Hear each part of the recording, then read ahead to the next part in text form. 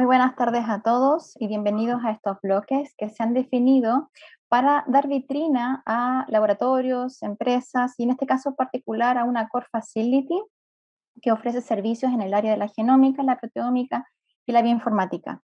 Tengo el profundo grado de presentar a Andrea Silva. Ella es bióloga, magíster en genética, que hace aproximadamente 15 años decidió instalarse en Valdivia con una niña pequeña, ahora universitaria, y que realizó su doctorado allá. Al término decidió postular a un cargo y asumir un desafío importante, que era impulsar esta core facility que se llama Australomics, que está instalada en Valdivia, que es la ciudad que acoge virtualmente a nuestro Congreso Latinoamericano de Genética, y nos viene a compartir esta experiencia de los últimos 10 años que ha adquirido Australomics y con especial connotación de lo que les ha tocado asumir como desafío en esta contingencia sanitaria de ofrecer todo su apoyo en servicio del diagnóstico del COVID.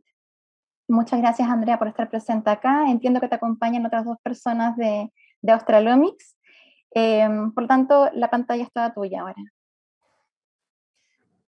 Muchas gracias, Pau. Muchas gracias por la presentación. Sí, como tú dices, estoy aquí en Valdivia, instalada desde hace más o menos 15 años, con esa niña que estaba en la presentación ya estudiando una carrera humanista, trabajo social, y con un Manuel que es completamente valdiviano, que acaba de cumplir 12 años. Estoy acá con otras dos personas que también son de Australomics, con nuestro director científico y el encargado del área proteómica, que es un área que estamos recientemente impulsando dentro del laboratorio.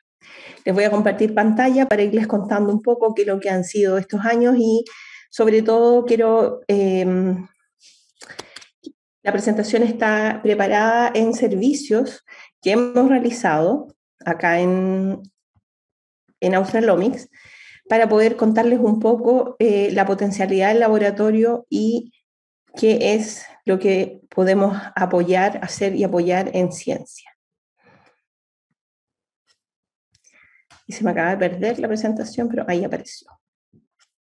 Ya, ahora sí la estamos viendo bien, ¿cierto? ¿La están viendo? Gracias.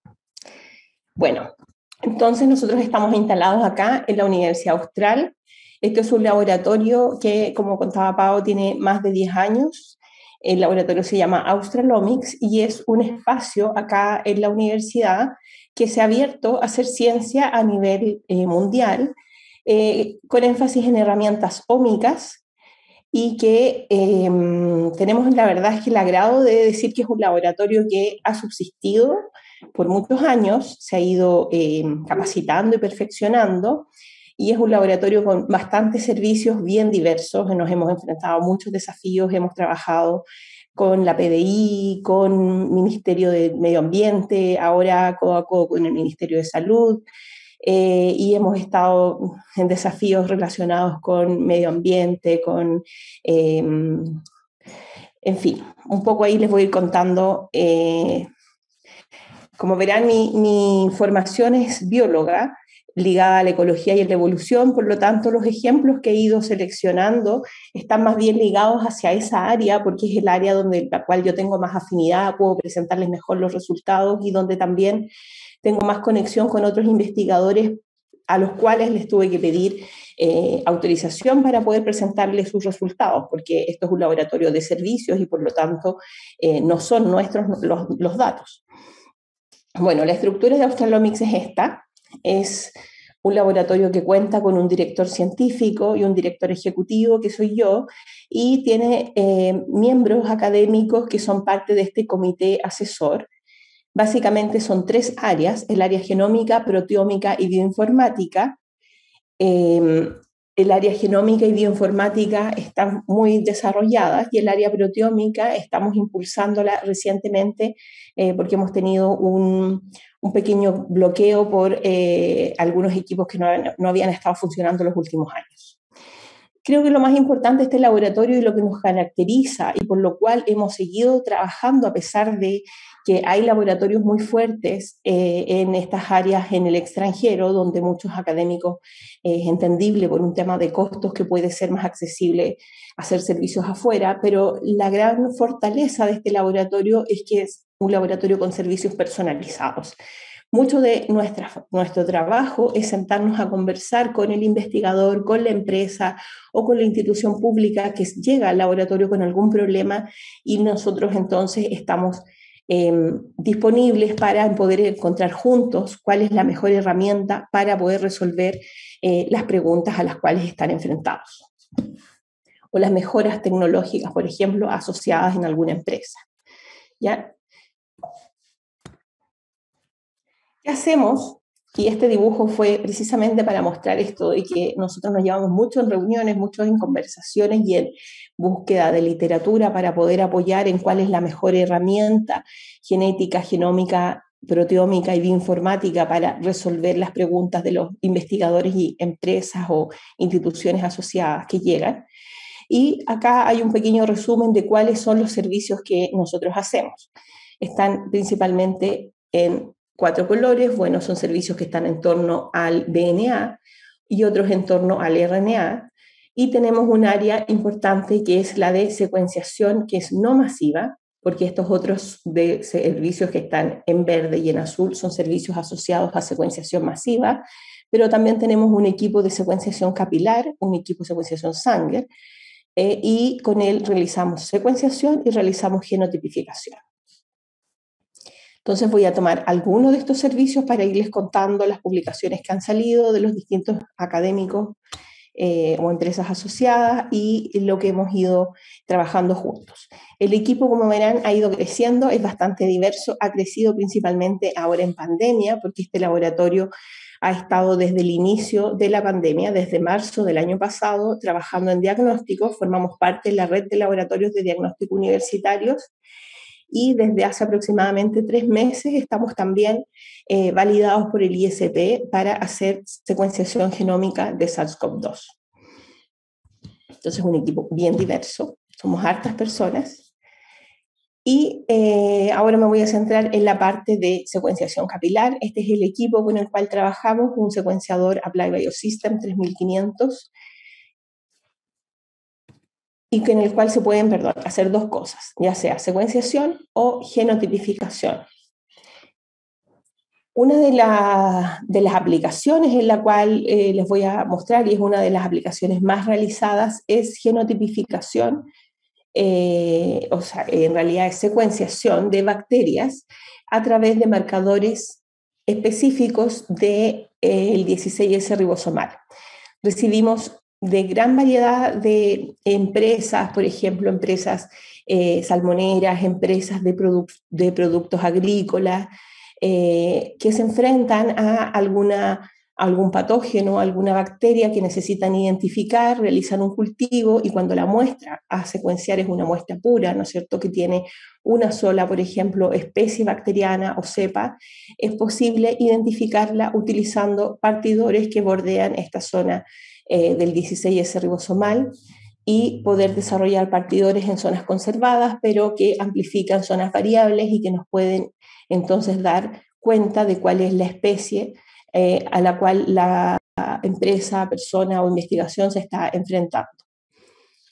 Nosotros hacemos un trabajo bastante completo porque, como estamos asociados muchas veces a laboratorios o a empresas que no tienen laboratorios propiamente tal, nosotros recibimos la muestra, hacemos la extracción, corremos los geles, y muchas veces se observan amplificaciones como la de esta foto, donde acá tenemos un marcador de peso molecular y distintas muestras, en donde si la muestra se secuencia directamente, vamos a tener una secuencia sucia, pero sin embargo, si se corta la banda de interés desde el gel, se purifica y luego se hace el proceso de secuenciación, entonces vamos a poder obtener, lo más probable es una secuencia bastante limpia.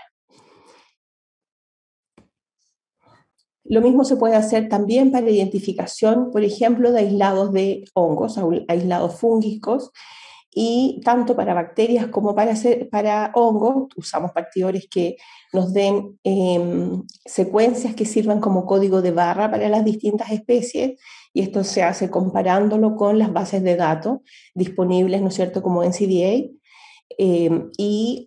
Por supuesto que esto tiene la limitación de que vamos a encontrar a nivel de especie solamente cuando esté descrita esa especie y cuando esa secuencia sea distinta a la de otras.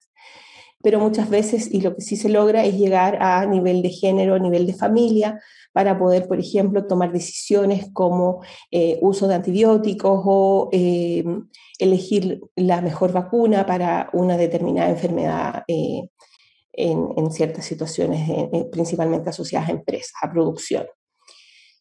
También tenemos el servicio asociado a este tipo de secuenciaciones que está relacionado con análisis filogenéticos.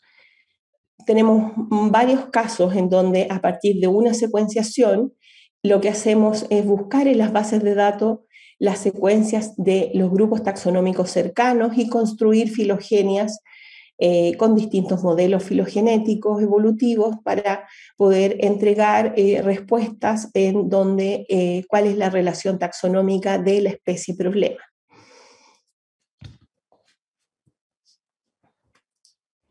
Trabajos asociados a este tipo de servicios, voy a mostrarles estos dos, que es de Daniela Levicoy. Ella fue estudiante de magíster de genética acá en la universidad y realizó estos dos trabajos en donde las subsecuencias fueron realizadas acá en Australomics. El primer trabajo, el que está acá a mano izquierda, lo que hace es un estudio filogeográfico para estudiar la diversidad de este microbivalvo, que es una almeja muy pequeñita, Quideria scudrata, y lo que ella encuentra es que la población está básicamente bastante estructurada genéticamente, donde tenemos un haplotipo dominante, que es este H1, que está compartido entre distintas localidades. Estas son muestras antárticas y subantárticas, y los colores muestran las distintas localidades donde ella tomó las muestras.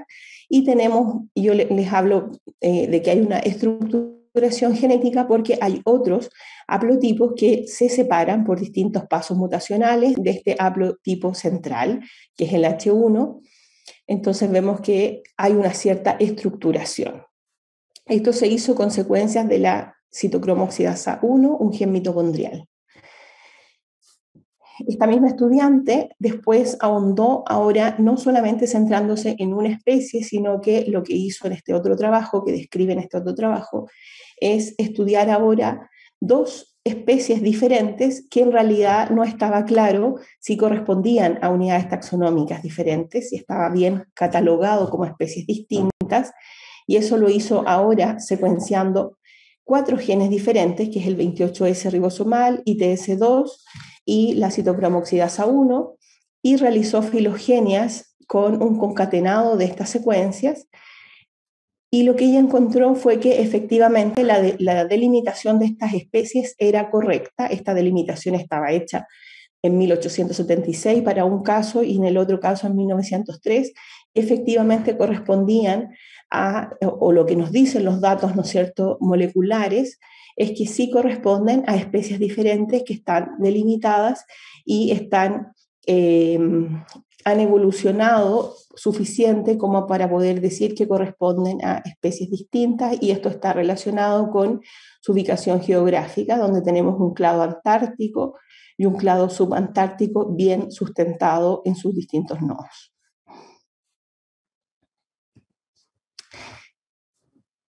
El otro tipo de servicios que también hacemos con este equipo, con el Applied Biosystem, es genotipificación por microsatélites.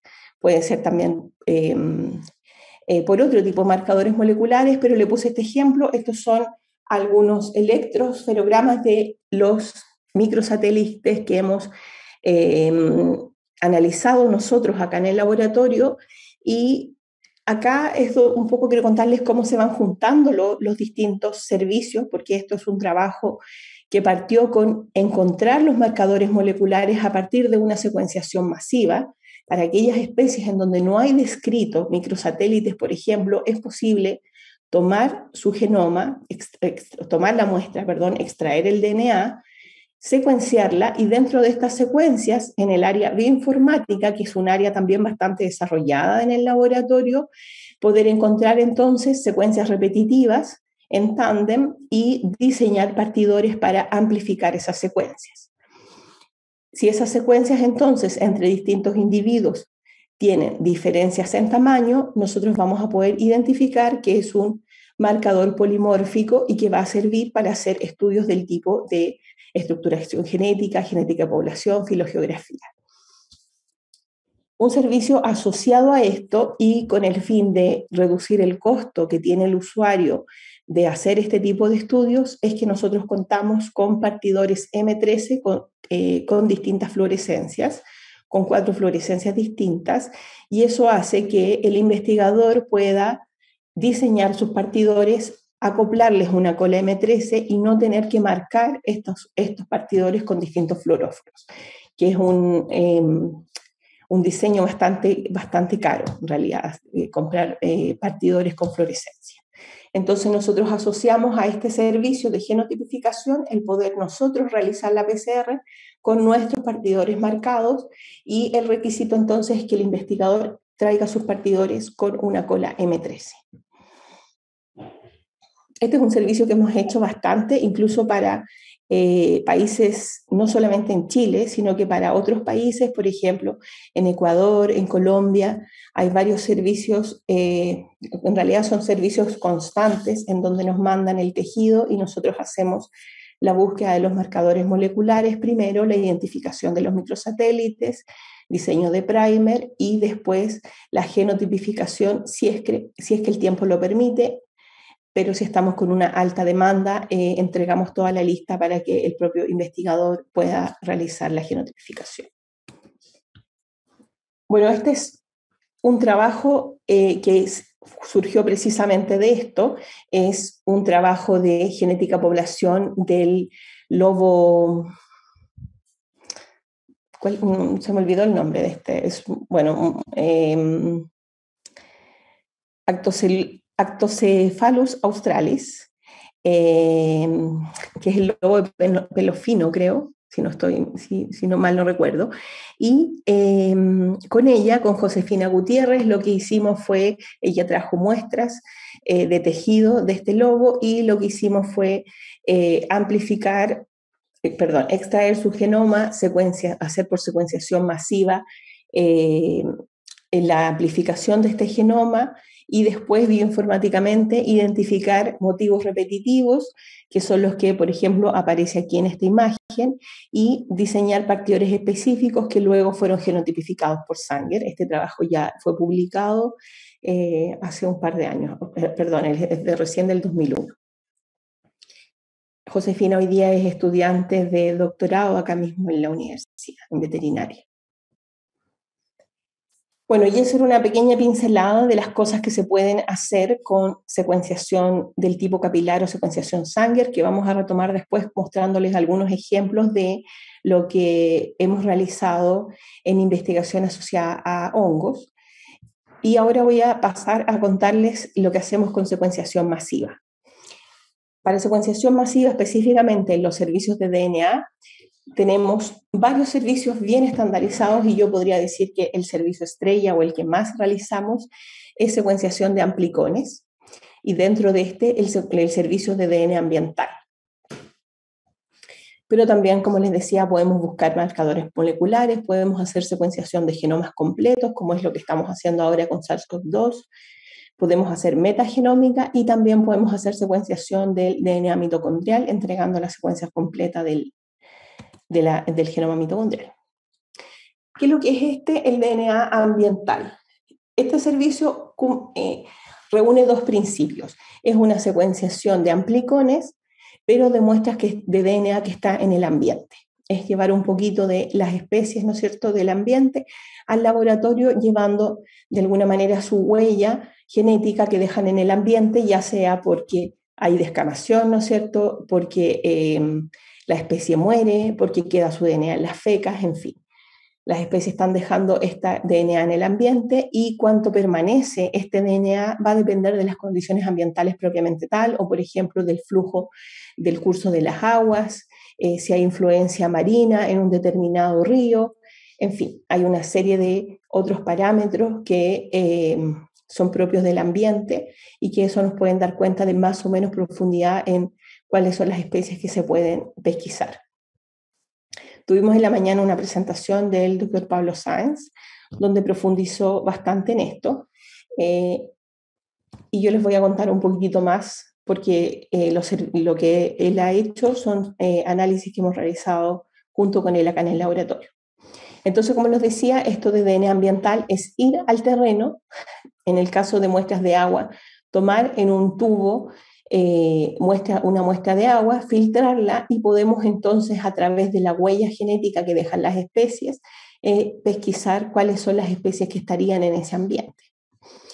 Lo bueno, y es una de las características que a mí más me gusta como ecóloga en realidad, es que es una técnica no invasiva. Les quiero mostrar esto, que es un resultado obtenido con una empresa con la cual trabajamos constantemente, que es Ecogen, que es un startup científico de Concepción, con el cual ellos hicieron una comparación de las especies de peces que detectaron en un humedal para aquellos casos con dos técnicas distintas, perdón. Uno es por pesca eléctrica y otro por DNA ambiental. Y si se fijan en esta tabla, vemos que las especies que se detectan por pesca eléctrica siempre también se detectan por DNA ambiental y no hacia el otro lado. Esta es una técnica entonces que no requiere el expertise del taxónomo en terreno para poder identificar las especies, porque es después con su material genético en laboratorio que nosotros podemos hacer esta relación con las especies presentes. Por supuesto tiene limitaciones, que es como les decía antes, el tiempo en que el DNA está en el ambiente y también el conocimiento previo que tenemos de dichas especies. Acá en Chile y en Sudamérica en general, ¿no es cierto? Tenemos mucha diversidad aún por conocer y hay muchas bases de datos genéticas que complementar. ¿Ya? Entonces, estos servicios de DNA ambiental están asociados en muchos casos con realizar una biblioteca de amplicones para las distintas especies para poder entonces después hacer el cruce de la información entre la secuenciación masiva y la secuenciación específica del código de barra genético de cada una de las especies. El tiempo de colecta para ADN ambiental es mucho menor que el tiempo de colecta, por ejemplo, por pesca eléctrica, y podemos detectar especies que muchas veces no son especies poco abundantes o especies raras que no son detectadas por estas otras técnicas, que es lo que muestra esta tabla. Me voy a centrar un poco en el trabajo que ha hecho Pablo Sáenz con varios colaboradores acá en el río Cruces para detectar, para primero monitoreo de biodiversidad y detección de especies crípticas. Acá un poco está el resumen de la metodología. Lo que se hace es ir al ambiente, tomar una muestra, extraer luego en el laboratorio el DNA, amplificar estos códigos de barra de las distintas especies que nos permiten de alguna forma agrupar las especies con partidores comunes según taxonomía a nivel, por ejemplo, de género o de familia, pero dentro de esta zona secuenciada hay diversidad, lo que nos permite caracterizarlas en forma, en muchos casos a nivel de especie. Y después tenemos la secuenciación de estas amplificaciones y el análisis bioinformático asociado a estas cientos de secuencias que salen de cada secuenciación. Esto es un servicio que nosotros hacemos con un equipo que se llama MySeq, que es un equipo que entrega entre 15 a 25 millones de lecturas por cada secuenciación y por lo tanto esas millones de lecturas hay que ordenarlas, alinearlas y poder hacer el cruce de la información con las bases de datos para llegar a descubrir la lista de especies a diferentes niveles taxonómicos, no solamente a nivel, no siempre a nivel de especies, pero sí a nivel de género y familia. Entonces, en este trabajo lo que hizo Pablo en este monitoreo de la biodiversidad de vertebrados fue tomar 50 puntos en esta zona del humedal costero, acá en la zona de Valdivia, y para cada punto hizo 3 tomas de muestra. Recorrió un transecto de 28 kilómetros y lo que se encontró es bastante extenso y esa es una gran ventaja de este tipo de datos que Pablo lo explicaba muy bien en el simposio de la mañana, en que decía que hay mucha información que ni siquiera logramos pesquisar a la primera vez que tomamos los datos. Estos datos él los ha compartido ahora con colegas y, por ejemplo, han detectado especies invasoras que no se sabía que estaban acá en la zona y que ha sido luego de una segunda mirada de los datos. Entonces, ¿qué es lo que en grandes rasgos se ha encontrado? Es que a nivel de anfibios se detectaron 7 géneros diferentes, 9 especies.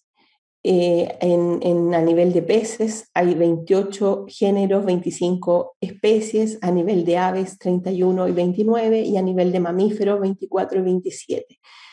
Esta otra columna de acá muestra el registro histórico de los distintos grupos de especies en este humedal y lo que vemos es que el registro en el DNA, a través del DNA ambiental, es bastante completo, excepto en el caso de las aves, que es un poco lógico, ¿no es cierto? El ADN que se logra pesquisar en el humedal de las especies de ave es menor, o nos da cuenta de una menor diversidad que en el caso en que se hace a través de visualización de las especies.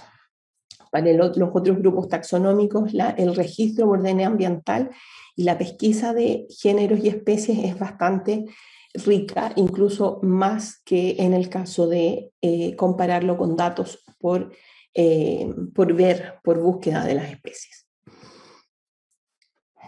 Entonces, en este caso, lo que se ha encontrado es no solo poder describir la diversidad de la zona del humedal, sino que también, por ejemplo, se han encontrado especies bastante emblemáticas, como este caso la ranita de Darwin, en donde, la ranita de Mewin, que es una ranita que tiene su hábitat muy restringido, que vive en la zona de Mewin y que su DNA se ha pesquisado hasta esta zona del humedal, lo cual está bastante relacionado con el sitio donde esta especie habita. ¿Ya? Y ese DNA no se pesquisa en los otros puntos, lo cual nos muestra que el método es bastante certero porque el DNA después se degrada y por lo tanto no lo detectamos mucho más allá que desde su punto de origen probablemente. Y no les expliqué, pero el color en rojo representa a dónde se encontró más muestras de DNA ambiental de esta especie. También se pesquisó DNA del bisón, una especie invasora que genera bastante problema en la gente que vive alrededor del humedal y que mantiene sus gallinas y sus animales, ¿no es cierto?, aves principalmente de corral, cercana a estos flujos de agua y que ve a sus animales atacados por esta especie. Y lo que podemos entonces decir es que esta técnica también es bastante buena como para pesquisar cuáles son las zonas más peligrosas o a estar más protegidas, por ejemplo, del ataque de este bisón, y podría ser una buena herramienta, por ejemplo, utilizar por el SAC. Entonces, con eso termino la parte ambiental.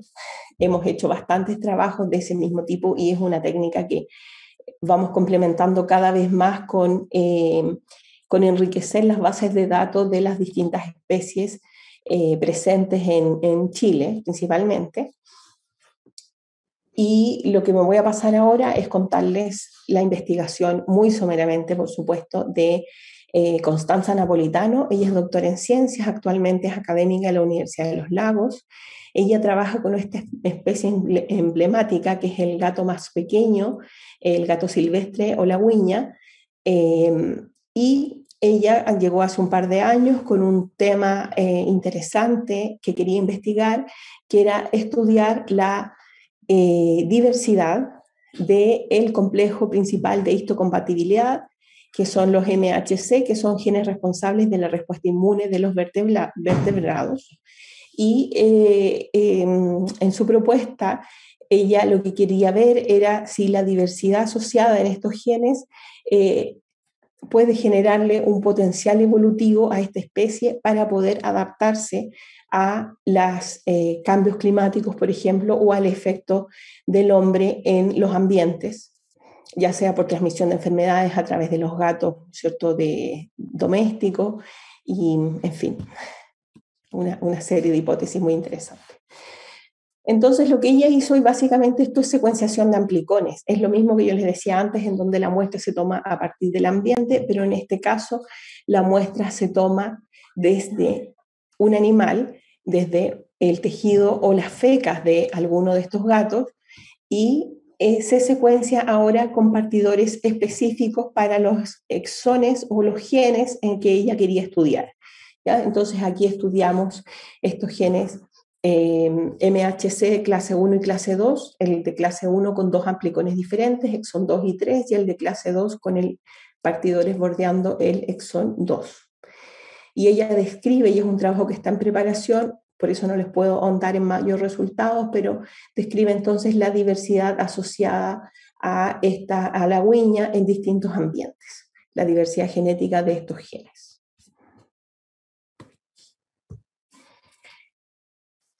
Otro trabajo también hecho con secuenciación masiva y estudios de DNA es lo realizado por Daniela Soto. Ella es estudiante de doctorado también acá en la Universidad Austral, y lo que hace es estudiar las microalgas que viven en la nieve de distintos colores. Ella observó con sus distintas visitas a la Antártica que la nieve, y esto está asociado con el profesor Iván Gómez de acá de la universidad,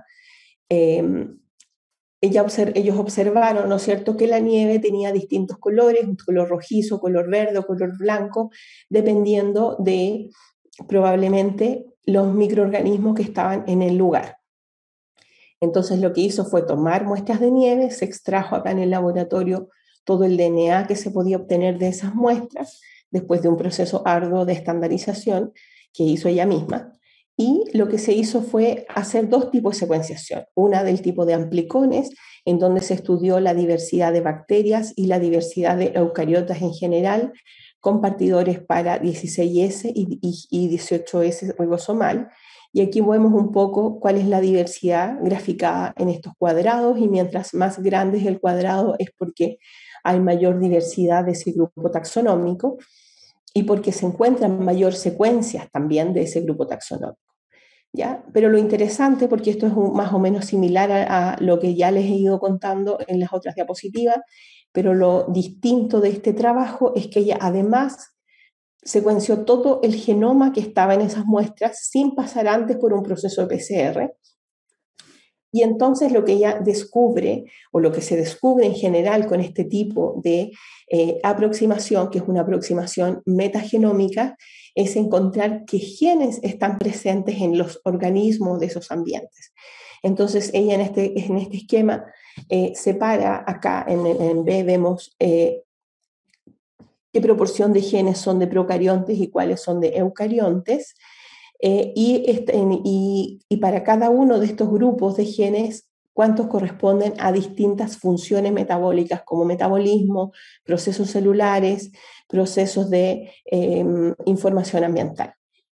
Y en este caso, por ejemplo, describe que hay muchos genes asociados al metabolismo, metabolismo energético, metabolismo de carbohidratos, procesos celulares. Entonces acá el énfasis de este tipo de aproximación no va en descubrir cuáles son las especies presentes en el ambiente, pero sí en qué genes están en ese ambiente, y de esa forma inferir qué es lo que están haciendo las especies en ese ambiente. Por ejemplo, este tipo de aproximación se utiliza cuando se quiere conocer qué bacterias podrían ser más útiles para la bioremediación de no sé, un derrame de petróleo. ¿Ya? Si uno hace esto en un ambiente o toma esta muestra de un ambiente, uno podría ver qué especies están asociadas en ese lugar, si hace una toma de muestra en distintos tiempos, por ejemplo. O yo he visto trabajos bastante bonitos de cómo a partir de los purines de las lecherías, por ejemplo, que son estas acumulaciones de los desechos orgánicos de las lecherías y ¿no es cierto?, las fecas de las vacas, como en el tiempo la diversidad bacteriana va cambiando, pero no solamente en términos de las especies, sino que también es interesante descubrir qué genes tienen esas especies y por lo tanto inferir qué procesos moleculares están dando cuenta de la transformación de la materia orgánica. Bueno, y otra área es la secuenciación del genoma, de los genomas completos. Y como Pau decía en la introducción, nosotros ha sido un laboratorio que desde el principio hemos estado trabajando en pandemia y nos hemos enfocado a poner a disposición de la pandemia y de la investigación asociada los conocimientos tanto del personal de Australomics como del equipamiento que tenemos para poder ayudar, ¿no es cierto?, a superar esta situación de salud. Hemos hecho, ya perdí la cuenta, muchos diagnósticos, seguimos haciendo diagnósticos por qPCR de COVID-19 hasta el día de hoy, pero además hemos estado ahora trabajando con secuenciación de genomas completos de SARS-CoV-2 para la región de los lagos principalmente. Llevamos más de 300 genomas, no solamente secuenciados, sino que ensamblados, anotados, y se hace la caracterización a nivel de linaje y de variante para poder entregarle esa información ya procesada al ISP, que ha pasado por periodos de saturación, ¿no es cierto?, de demanda. Y con eso termino la parte que quería contarles del DNA, y voy a centrarme solamente en un trabajo de RNA, que es una secuenciación de RNA-seq. Este es un trabajo liderado por el doctor Roberto Nespolo de Ecología y Evolución, en donde se estudió los mecanismos moleculares responsables de la hibernación, utilizando como modelo al monito del monte, que es un marsupial endémico y que es llamado como un fósil viviente. Entonces, bajo un diseño experimental bastante sencillo, en donde se tenían distintos monitos en réplicas en un estado de hibernación y no de hibernación, se tomaron muestras de tejido y se hizo la extracción del RNA total. Esto es un trabajo que se hizo desde la toma de la muestra, desde que se recibió la muestra, y toda la parte de extracción y secuenciación y análisis acá en el laboratorio.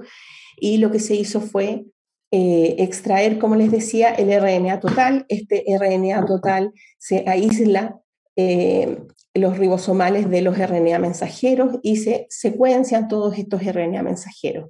Básicamente el principio que hay debajo de un RNA-seq es que una vez que se tienen todas las secuenciaciones que están representadas acá por estas barritas amarillas, uno puede mapearlas contra el genoma de referencia o el transcriptoma de referencia, dependiendo de qué es lo que esté disponible en las bases de datos, y contar cuántas lecturas están asociadas a cada uno de los segmentos del genoma, del transcriptoma.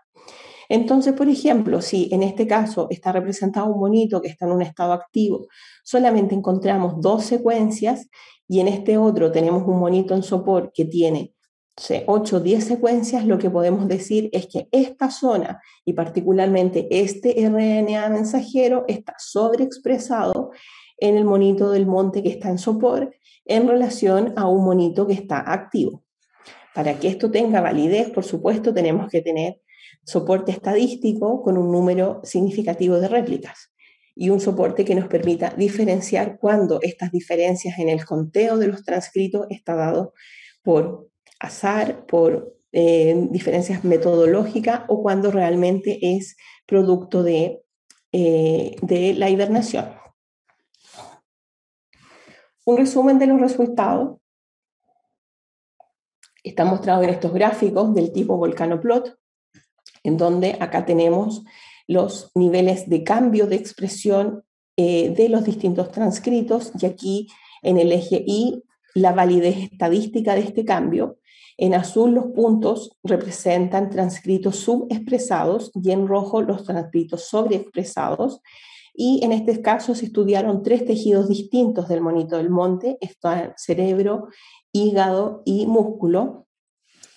Y se ve una gran cantidad de tejidos sobreexpresados, más allá de lo que intuitivamente se podía pensar, que al estar el monito en estado de hibernación recibía o se podía pensar, y muchos trabajos así lo han mostrado, que hay principalmente un apagamiento metabólico, pero sin embargo hay genes que sí necesitan prenderse y llama la atención un gen en común que se enciende y se sobreexpresa muy fuertemente en los tres tejidos, que es este TXNIP, que es una proteína interactuante con la tiroidoxina y que fue, como les decía, sobreexpresada muy, muy fuertemente en los tres tejidos. Esta proteína tiene un rol importante antioxidante, dando cuenta entonces, ¿no es cierto?, que en este estado de supresión metabólica hay una protección antioxidante importante. Es encargada de suprimir el metabolismo oxidativo y reduce el gasto de glucosa, entre otras cosas. Este trabajo, como les mostraba antes, está publicado en Molecular Ecology. Y eso era un poco lo que yo les quería contar. Como se fijan, hay un sesgo hacia trabajos de la Universidad Austral, pero no porque solamente trabajemos para la universidad. Este es un laboratorio muy abierto en que recibe muestras, incluso tenemos en este momento muestras del Museo de Historia Natural de París, que también estamos analizando. Pero es mucho más fácil presentarle datos de colegas de acá de la misma universidad o de los estudiantes, porque tenemos, ¿no es cierto?, un nexo directo y podemos compartirles esta información. Y ahora les voy a dejar a Patricio Godoy. Patricio Godoy es el director científico del laboratorio y él es un experto micólogo y les va a contar un poco cómo él en sus propias investigaciones ha utilizado las herramientas de Australomics para ir descubriendo distintos problemas relacionados a sus investigaciones.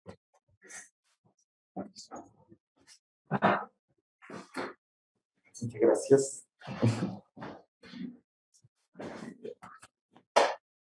¿Con este avance? Sí. Bien, como ya me presentó Andrea, yo me dedico especialmente al diagnóstico clínico. Entonces trabajo principalmente con pacientes. Soy tecnólogo médico y especialista en micología, pero de hongos clínicos. Entonces les voy a explicar un poco más o menos lo que yo hago en taxonomía clásica. Lo que están viendo ahí son todos los cultivos del género Aspergillus, ¿ya? Para que yo pueda identificar un agente como Aspergillus del pulmón de un paciente, hoy en día este agente es de vital importancia en los pacientes COVID, porque tiene una mortalidad cercana entre el 30 al 70% en un paciente COVID. Y lo que están viendo ustedes es el cultivo en agar sapec, que es un medio específico que se utiliza para ver el crecimiento. Un hongo se demora en crecer entre 7 y 15 días. Los hongos, por ejemplo, que producen infecciones superficiales como las tiñas, se demoran en crecer entre 15 a 45 días. Entonces eso es demasiado tiempo para iniciar la terapia antifúngica.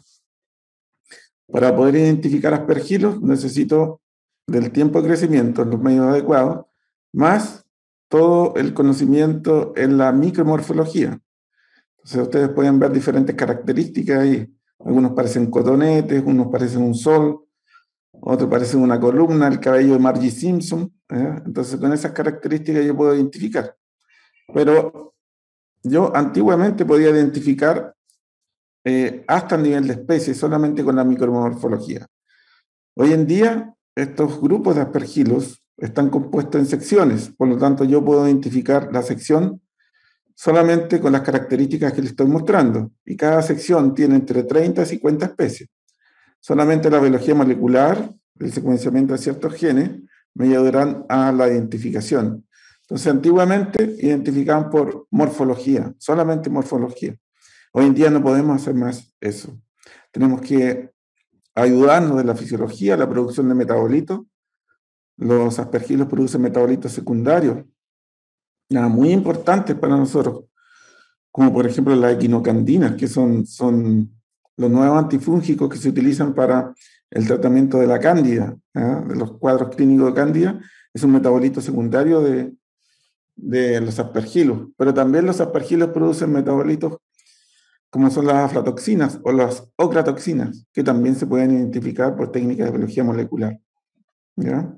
Ahora tenemos el nuevo equipo Malditov, que están en todos los hospitales públicos de nuestro país, que están ayudando en la identificación, pero el padrón oro sigue siendo el secuenciamiento de los genes ITS que ustedes están viendo acá, genes ITC1, región 5,8 y ITC2 de los genes ribosomales de los agentes fúngicos. Entonces, solamente secuenciando podemos llegar hasta el nivel de especie, ¿ya?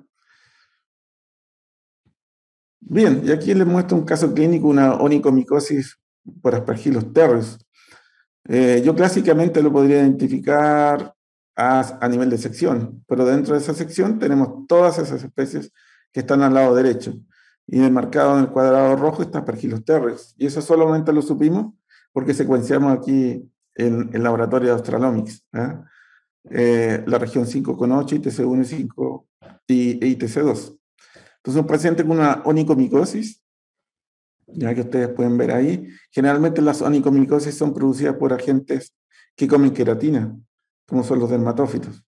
Ahí tenemos 3 géneros que son de importancia clínica, que son el tricófiton, microsporum y epidermófiton. Pero aquí creció un Aspergillus, un hongo que produce principalmente cuadros clínicos pulmonares. Y hay una característica que tiene Terrus, que es intrínsecamente resistente a la anfoteresina B. Ya la anfoteresina B es un antifúngico que se utiliza para la terapia de infecciones sistémicas por hongo.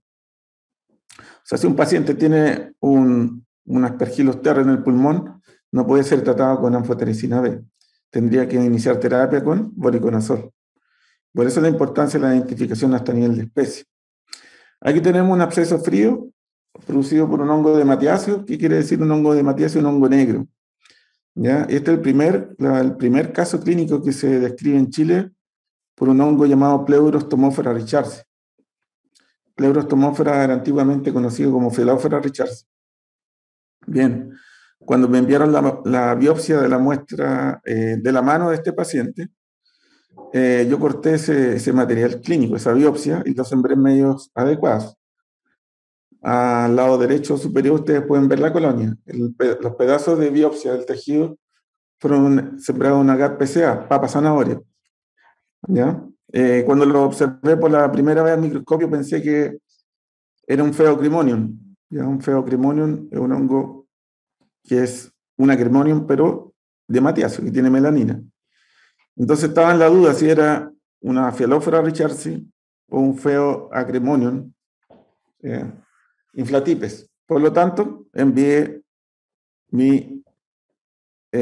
una extracción de DNA y lo envié a Australomics, los cuales me confirmaron después con la secuencia que se trataba de Pleurostomófora richardsi.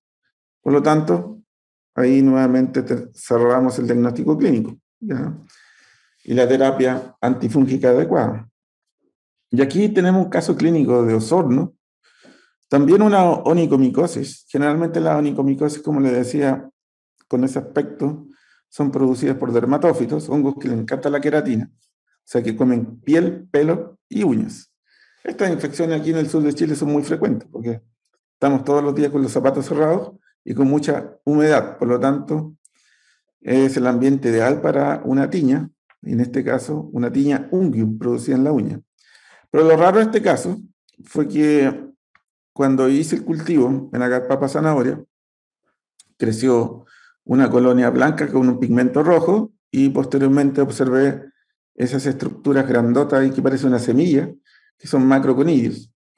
Pero lo raro de esto también es que este hongo, cuando lo incubé en mi estufa de cultivo, en la oscuridad de la estufa, tuvo sexo y produjo una estructura sexuada que es muy rara, que se llama un gimnotesio. Por lo tanto, tenía un hongo muy, muy raro en uña, por lo tanto, hice una extracción de DNA y se lo envié aquí a Andrea al laboratorio de Australomics para que inicien el secuenciamiento y me indicaron que era un Arthroderma uncinatum. Por lo tanto, yo pienso que este debe ser uno de los primeros casos clínicos en Chile producido por Arthroderma uncinatum. Y para terminar, un caso clínico muy, muy interesante en la ciudad de Bariloche, un paciente de sexo masculino que llega al hospital muy descompensado, con vómitos copiosos, con una hemorragia digestiva aguda, que lo lleva a la muerte. La familia relata que había comprado en el mercado unas bolsas de champiñones.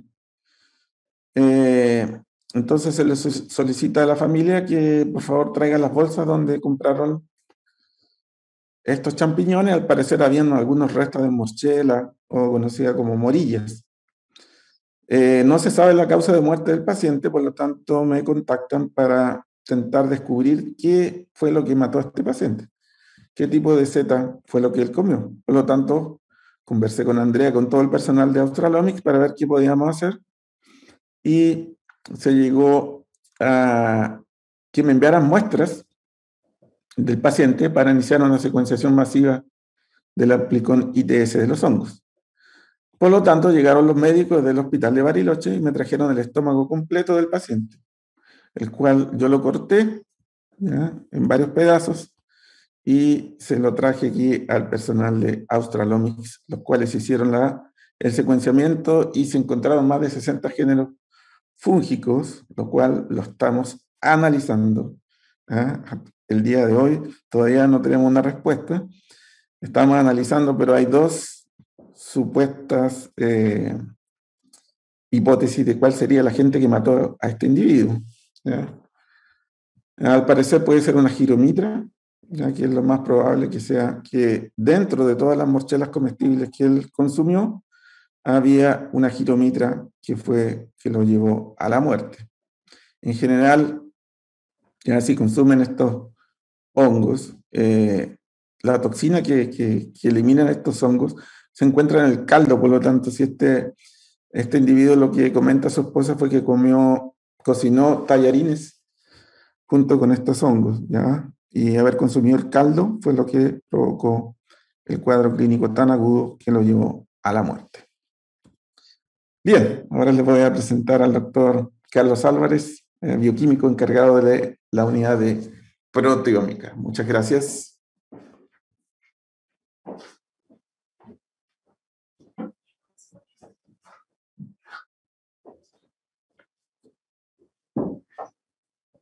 Hola, buenas tardes. Como dijo Patricio, soy Carlos, el encargado de la unidad de proteómica, y les quiero contar un poquito de lo que nosotros queremos hacer en la unidad de proteómica y que puede estar muy relacionado con lo que ustedes también hacen en sus investigaciones, ¿vale? Lo primero que tenemos que poner como antecedente es que queremos acercar un poco la proteómica al país porque proteómica en general se hace bastante poco en el país y no tenemos los equipos adecuados, quizás o no los teníamos, como para iniciar estudios proteómicos profundos, ¿vale? Entonces ese es nuestro primer objetivo que nosotros tenemos. Como tal, nosotros esperamos estar funcionando en un par de meses con equipos nuevos. De hecho, hay un equipo nuevo del que les voy a comentar un poquito, y que nos va a dar la posibilidad de hacer estudios muy profundos y muy relevantes para todo lo que tiene que ver con el área de la proteómica e incluso para el área de la genómica, para confirmar muchos de los estudios que se pueden obtener. ¿Qué estamos haciendo? Lo que yo les contaba, estamos instalando un equipo nuevo. Dentro de eso es un equipo QExactive Plus. Y eso lleva tiempo, o sea, no solo se trata de instalar el equipo, sino que también nosotros tenemos que ir haciendo algunas pruebas funcionales, ¿vale?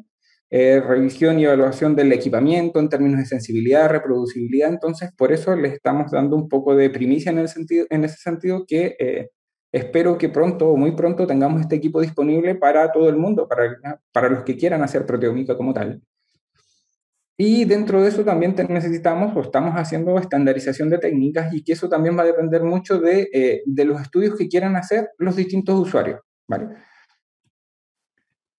Como les contaba, en estos momentos ya tenemos instalado un equipo, y que es uno de los equipos de mayor sensibilidad y resolución y con la configuración necesaria para hacer estudios proteómicos aquí en Chile.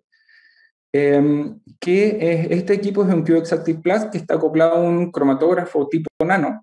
Y lo que les digo, que es un equipo de los de mayor resolución, es uno de los equipos más robustos que existen en el mercado, y que esperamos que esté funcionando prontamente. Y para que ustedes lo sepan, por ejemplo, este equipo es parte de, es financiado por Fondequip, donde el nombre del proyecto es el fortalecimiento de la investigación en proteómica a nivel local, regional y nacional. ¿Y por qué no internacional? ¿Vale? Entonces, para que ustedes sepan de nuevo que este equipo va a estar disponible para confirmar o, bueno, confirmar muchas de las cosas que ustedes también pueden obtener por ensayo genómico. Por otro lado, también contarle un poquito qué podemos hacer, porque muchas consultas que llegan o que me llegan, por ejemplo, dice, quiero hacer proteómica de tal cosa, pero la proteómica es bastante diversa, así como lo vemos en la genómica, entonces tenemos simplemente para que sepan algunas de las técnicas o qué se podría hacer con este equipo, ¿vale? Lo que nosotros podemos hacer, obviamente, es identificar proteínas purificadas o semipurificadas. Eso, entre comillas, es lo más fácil. Pero por otro lado, nosotros podemos hacer identificación de proteomas completos. Es decir, así como se hace un estudio genómico, así como se hace un estudio de RNA-seq, nosotros podríamos hacer realmente un estudio de todas las proteínas que componen una muestra, ¿vale? Independiente de dónde venga la muestra. Podemos identificar modificaciones posttraduccionales, en el caso que, por ejemplo, ustedes puedan tener una proteína que en principio puede ser fosforilada o que tiene un nuevo sitio de fosforilación, nosotros podríamos identificar parte de eso también.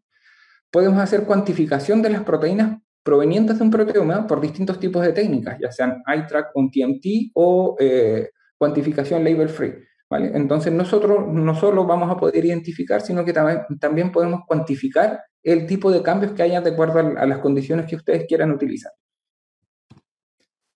También, por otro lado, contarles que disponemos de un equipo que se llama Triple Cuadrupolo, que es un TCQ Vantage, y que este tiene unas prestaciones distintas al que les contaba que recién, al que estamos instalando. Y en términos generales, por ejemplo, para que ustedes sepan que este equipo permite la identificación y cuantificación de distintos metabolitos o moléculas en general, ¿vale? ¿Qué nos permite hacer? Cuantificar antibióticos, cuantificar pesticidas que pueden venir de diferentes matrices. Estamos trabajando con distinta gente que ha cuantificado analitos que vienen de muestras de agua, de muestras de suelo, por ejemplo, y lo mismo estamos viendo temas de análisis de pesticidas en distintas matrices, ¿vale? Lo otro es que permite, obviamente, la cuantificación de metabolitos celulares. Por ejemplo, si ustedes ven la expresión de un mensajero, si ven la expresión de una proteína que debería tener una función alterando algún tipo de metabolito, nosotros eventualmente también lo podríamos analizar y cuantificar. ¿Eso qué permite? O sea, ¿qué nos permite hacer? Que nos permite utilizar técnicas que se llaman SRM o MRM, que permite analizar un metabolito o varios metabolitos al mismo tiempo. Por lo tanto, permite el multiplexado. Es decir, nosotros podríamos analizar un espectro de antibióticos, por ejemplo, o distintos antibióticos, en una sola muestra, por darles un ejemplo, dentro de todas las múltiples capacidades que tiene. Finalmente, contarles que comunidad de proteómica, lo que les digo, nosotros estamos intentando empezar o repotenciar esta área, y qué les ofrecemos como tal es que podemos tener un contacto directo con el usuario para el mejor aprovechamiento de la muestra, y ojo que esto no es solo de un punto de vista proteómico, sino que es un punto de vista de todos los servicios que ofrecemos en Australomics, ¿vale? Por otro lado, podemos evitar en parte el envío de la muestra. Nosotros sabemos que hay gente que hace proteómica fuera del país, sabemos que hay gente que hace genómica fuera del país, pero hay problemas añadidos que a veces uno no puede controlar, como pérdidas de cadenas de frío, problemas en el courier, problemas de análisis de las muestras, porque no se sabe realmente cómo se puede hacer o no se entiende bien el output que nos dan de resultados. Bueno, nosotros también esperamos apoyar con todo eso. Por otro lado, por la parte de proteómica, yo sé que también por la parte genómica mantenemos contacto directo con distintas facilities en el mundo y que a nosotros nos están dando todo el apoyo logístico para hacer que la parte de proteómica funcione y empiece a rodar, ¿vale? Lo otro que nosotros ofrecemos es revisión y estandarización de protocolos enfocados en proteómica, porque también tenemos que entender que no todos los protocolos que uno está acostumbrado a utilizar para analizar una proteína, el análisis de una muestra y qué sé yo, no todos son acoplables a hacer estudios proteómicos. Entonces hay que hacer esa revisión de casos como tal. También les ofrecemos estandarizar técnicas o realizar nuevas técnicas de análisis, ya sea para cuantificar metabolitos, etc. Y lo otro que nos hemos visto enfrentados, que de nuevo la gente que hace estudios metabolómicos o proteómicos a veces en el país no sabe bien cómo interpretar los resultados, qué es lo que les decía yo, o cómo agarrarlos, qué tengo que hacer ahora. Me mandaron un archivo gigante con un montón de datos y cómo agarro eso, cómo lo leo. Bueno, nosotros también podemos ayudar en ese sentido en todo el análisis e interpretación de resultados, ¿vale? Lo último, como por mi parte, por la parte de proteómica, les dejo mi contacto. Yo sé que es un área que es nueva, que quizás es un área que ustedes no conocen mucho, pero les dejo el contacto para ver, para que pregunten lo que ustedes quieran, si se puede hacer, no se puede hacer, cómo lo podemos hacer y para cuándo podríamos estar disponibles. Bueno, todo ese tipo de preguntas ahí las tienen disponibles, ¿vale? Por mi lado y por nuestro lado estamos. Así que, ¿preguntas? ¿Sí? Yo creo que por tiempo, vale. Estamos probablemente en el límite del tiempo. Lo que nos diga la gente. Hola, sí. Bueno, muchas gracias por compartir la experiencia, también el conocimiento, por cierto. Y sí, yo creo que nos podemos robar un par de minutos del intervalo que venía ahora.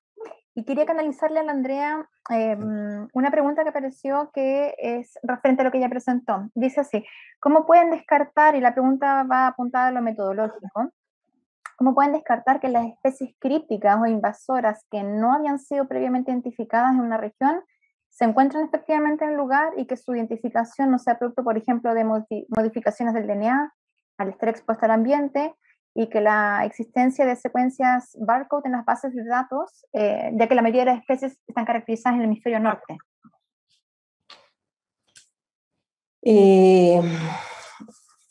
A ver, una cosa es lo que entrega la biología molecular, pero por supuesto que hay por detrás investigadores o todo un equipo de expertos viendo el resultado. Muchas veces puede ser efectivamente la aparición de una especie que no es una especie introducida, por ejemplo, que se tiene antecedentes de que entró, pero no se sabe hasta dónde llega su distribución y que hay cierta lógica por detrás. Pero por supuesto, si aparece una especie que no hay ninguna lógica, no sé, biológica, ecológica, puede ser producto de una contaminación, que habría que pasar a revisar. O sea, estamos abiertos a hacer toda la búsqueda de información como para poder pesquisar a qué se debe ese resultado. Por lo general, a una mutación muy puntual o a un cambio específico es difícil porque los algoritmos bioinformáticos que están por detrás, y dado que es una secuenciación masiva la que permite hacer esto de identificar muestras ADN de un ADN ambiental, no es que uno encuentre solamente una secuencia, sino que tiene que tener un número significativo de secuencias con las mismas variaciones en los nucleótidos para poder decir que ese DNA está presente en el ambiente. Okay. Bueno, por mi parte comentarles que yo creo que Australomics es un buen ejemplo de cómo una Core Facility puede acelerar, más bien casi que echar gasolina al desarrollo de la ciencia, ¿verdad? En una región en la cual no habían todos estos aparatos y cuando llegaron se vio un crecimiento importante. Y en ese sentido, quizás la pregunta más dirigida a Patricio, que quisiera hablar sobre cómo ellos proyectan el crecimiento de Australomics en sus diferentes ejes para los próximos 10 años. Entiendo que Genómica está bastante consolidado, pero quizás tienen un plan estratégico de ir más hacia las empresas o hacia las universidades, así como Proteómica, que entiendo que tiene todo el espacio por crecer. ¿Se pudiera comentar un poco cómo visualizar los próximos 5 o 10 años de crecimiento de Australomics?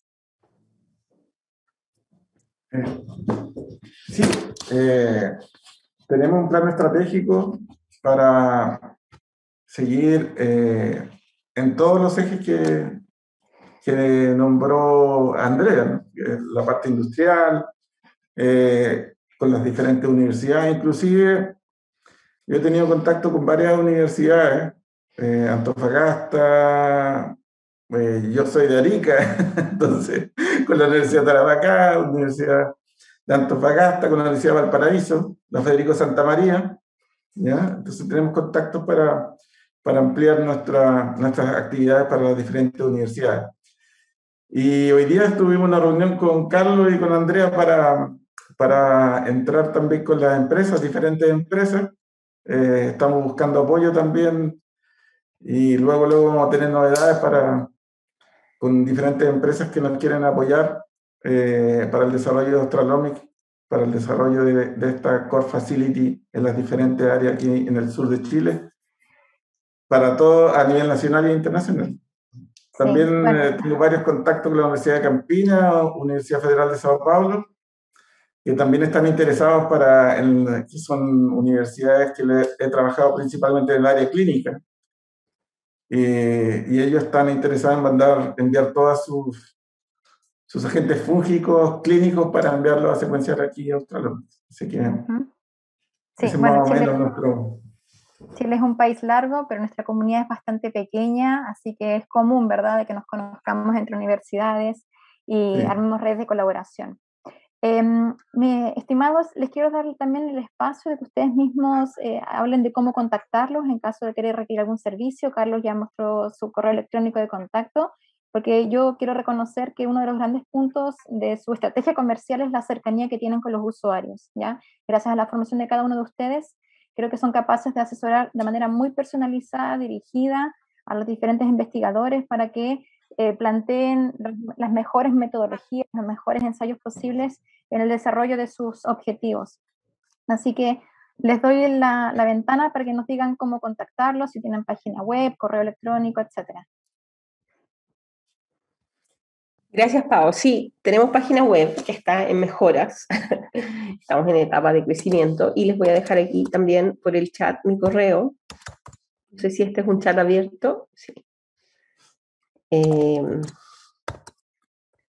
plataforma tendría que ser en lo posible.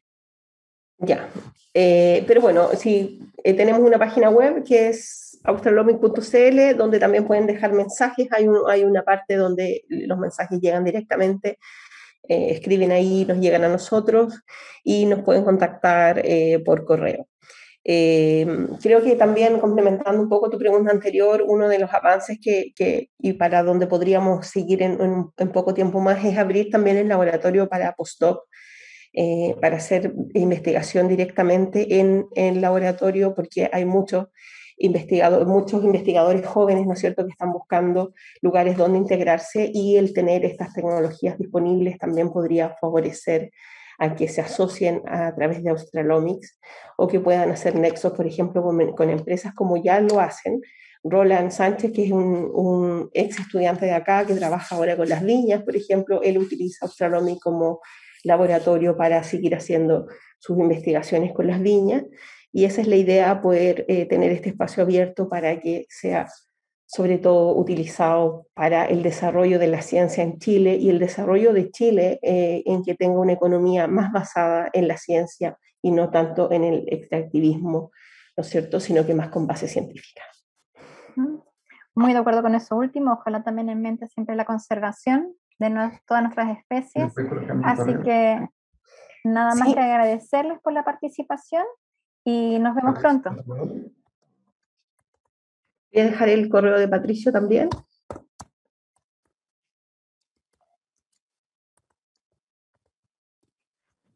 Muchas gracias, Pau, muchas gracias por el espacio y estamos en contacto. Bueno, Pau es usuaria también, hemos hecho cosas bien interesantes y bien bonitas juntos. Muchas gracias.